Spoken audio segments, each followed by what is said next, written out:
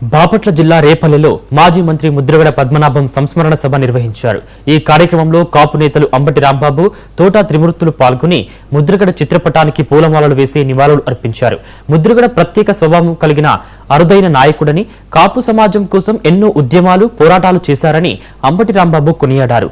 పేరు మార్చుకున్నా కులం మార్చుకోలేదని, మరణానంతరం కూడా ఆయనను అవమానించకుండా గౌరవించాలని సూచించారు. కొన్ని సందర్భాల్లో పార్టీలకు అతీతంగా అందరూ కలిసి రావాలన్నారు. ఆయన ఆరిజిన్ తెలుగుదేశం పార్టీలో ఉన్నారు ఫస్ట్, తర్వాత కాంగ్రెస్ పార్టీలోకి వచ్చారు. నాకు బాగా గుర్తు, వంగవీటి మోహన్ రంగారావు గారి మరణం ముందు విజయవాడలో జరిగినటువంటి కాపునాడు సభకు ఆయన తెలుగుదేశం నుంచి రాజీనామా వస్తే ఆయన ప్రమాదం పడ్డారు.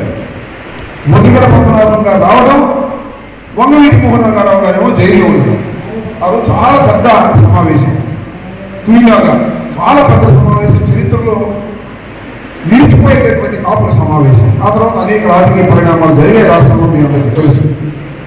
అప్పుడు కూడా మేము కూడా ఇక్కడ చాలా కింద మీద పడ్డాం. బసవపతి గారు, మేము అందరం కూడా చాలా కింద. అదొక కథ, దానిలోకి డీబేట్ కావచ్చుకోలేదు.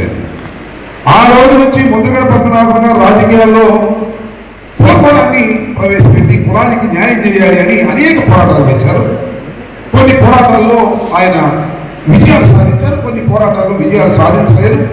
చాలా కష్టాలకి నష్టాలకి పట్టేటువంటి వ్యక్తి. ఇందాక చెందు జనార్దన్ చెప్పాడు, చంద్రబాబు నాయుడు గారు ముఖ్యమంత్రిగా ఉన్న రోజుల్లో ఆయన కాపు రిజర్వేషన్ల కోసం పోరాటం చేసే రోజున ఆయన్ని నిరాహార తీసి కూర్చోగానే కలుపులు పడగొట్టి పోలీసులు తీసుకెళ్లారు. అప్పుడు పోలీసులు కాస్త దృష్టిగా వ్యవహరించారు. పోలీసులు ఏం తెలుసు తెలియదు కదా, వాళ్ళు ఇతర రాష్ట్రాల నుంచి కూడా వచ్చేవాడు ఉన్నారు. చాలా దృష్టిగా వ్యవహరించారు. ఆయన తీసుకెళ్లి ఒక హాస్పిటల్లో పెడితే అప్పుడు ఒక హైయర్లో ఒక సమావేశం ఏర్పాటు చేశాం. అందరూ కాపులే.